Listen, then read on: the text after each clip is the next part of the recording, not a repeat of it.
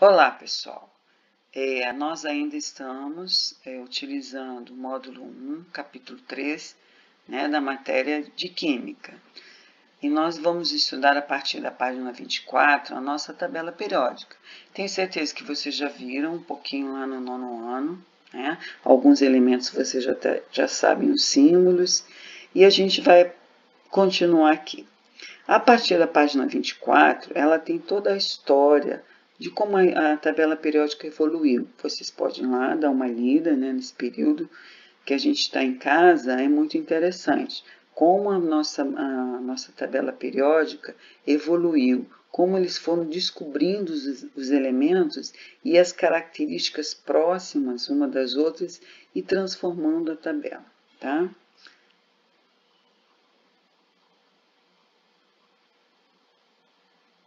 Aqui eu coloquei a tabela e ela é da seguinte maneira, ó, ela foi dividida em 18 colunas, cada coluna vai ter um nome, né, uma letrinha ou um número. Tudo que for família a gente encontra aqui, tá? Serão os nossos elementos representativos. A família B se encontra aqui um pouquinho mais abaixo, são os elementos de transição. Os períodos são as linhas horizontais que nós temos aqui. Você observa que são 7 linhas. Essas 7 linhas, na verdade, são aquelas camadas que nós estudamos na parte de distribuição eletrônica, lembra? Era a camada K, o nível 1. E agora a gente chama eles de período, tá? Alguns elementos aqui você observa que tem cores diferentes, né, porque tem características diferentes. Nós temos dois elementos no estado líquido, que é o mercúrio e o bromo. A maioria deles são sólidos, são metais, aliás, a maioria são metais. Temos os gases nobres e temos alguns elementos que foram colocados aqui embaixo. Por quê?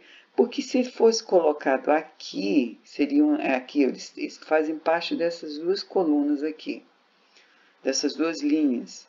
Se nós colocássemos todos eles aqui, a gente estaria desarrumando a tabela aqui. Então, eles preferiram colocá-los aqui embaixo. Aqui, ó, cada família vai ter um nome. Então, a primeira família, a família 1A, ela é chamada de metais alcalinos.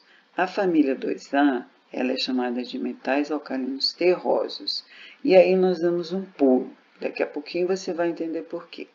A 3A é a família do boro. Por quê? Aqui o primeiro elemento é o boro. Tá? Aqui o primeiro elemento é o carbono, então é a família do carbono. A 5A é a família do nitrogênio, porque o nitrogênio está aqui. A 6 já recebe um nome diferente, os calcogênios. A 7A recebe outro nome diferente, os halogênios. E na última coluna nós temos os gases nobres. E essas famílias que têm nomes diferentes, a 1A, 2A, 6A, 7A e 8A, vocês precisam saber, tá bom? Isso é importante. Essas aqui, ó, vocês já sabem, né? O primeiro elemento é o nome da família. Tá? Aqui nós temos os metais de transição, que é a família B, e os lantanídeos e os actinídeos, que seriam dessas duas linhas aqui. Só, como eu comentei, foram colocados aqui para uma questão de organização, para ficar um pouquinho mais bonitinho a nossa tabela. Ó, a família A são os elementos representativos, a gente vai de 1A até 8A. Família B, os elementos de transição, de 1B até 8B. Quando nós terminamos com S ou P, nós estamos falando de elementos representativos.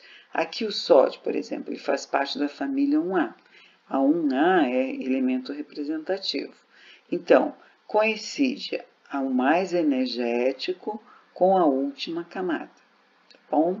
Olha aqui, o D. O D é um elemento de transição, né?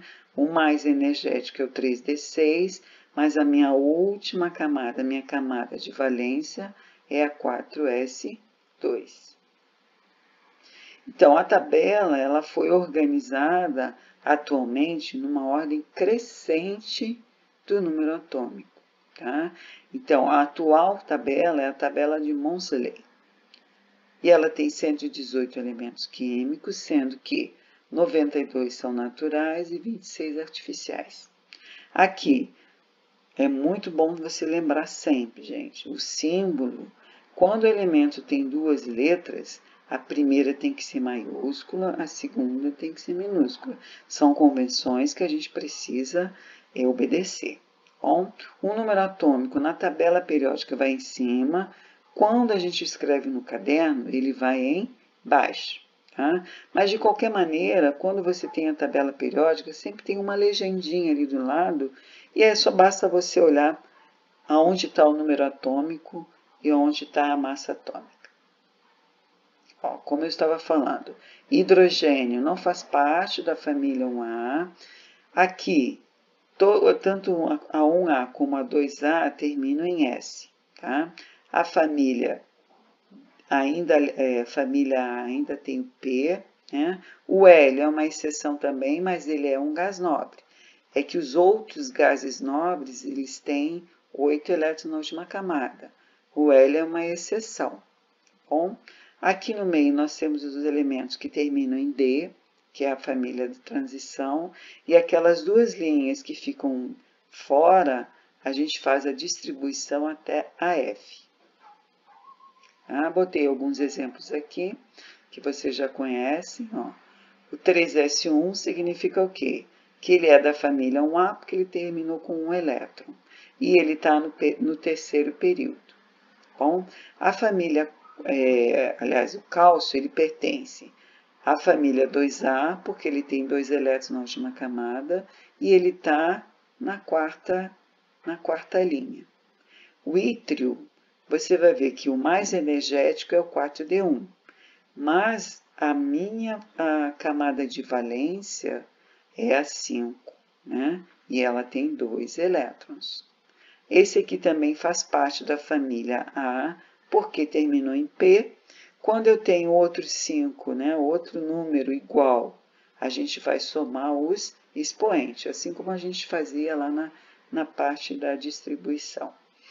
Olha, como eu estava falando com vocês, aqui a gente tem o diagrama de Linus Pauling, vai até o 7p6.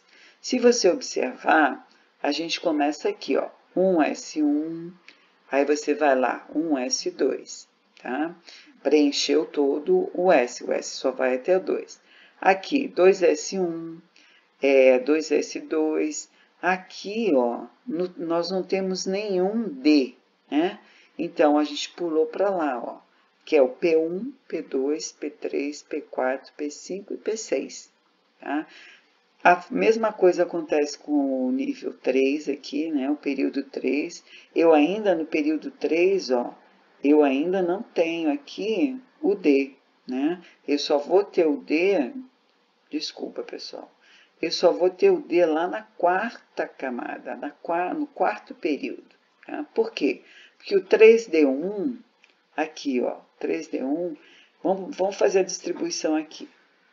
3D1, o mais energético realmente é o 3D1, mas qual é a minha camada de valência? É a quarta, então ele está justamente na família, aliás, na família não, no período 4, né? E ainda a gente tem uma outra classificação, gente, onde tem metais e ametais, tá? Então, todos os verdes são metais, os amarelos são os ametais, inclusive o hidrogênio, e nós temos os gases nobres aqui, que é a última coluna. Então, ok, muito obrigada. Na próxima aula a gente continua com as propriedades da tabela.